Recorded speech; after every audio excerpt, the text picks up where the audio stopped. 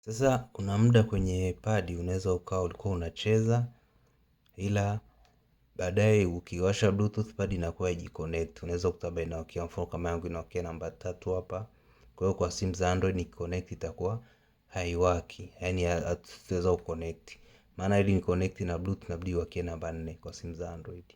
Kwa hiyo sasa unatakiwa kufanya, ikiwa kwenye situation kama hii, ishikilie hii button mpaka izime, sawa? Unaona hapo imezima. Sasa ukishashia ikazima, utashika hii na hii X, utazibonyeza kwa pamoja zote, pap, itawakia namba 4. Kisha wakia namba 4, enda kwenye bluetooth yako, washa, utaisearch, utaipata, utaconnect. Ukisha connect, fungua game lako, utacheza kama kawaida. Kwa hiyo ni simple sana.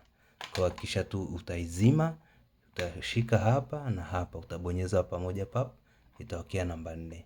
Kwa simu za Android utaenda utaconnect kwenye bluetooth kawaida, fungua game lako kacheze, hamna haja ya kuseti padi.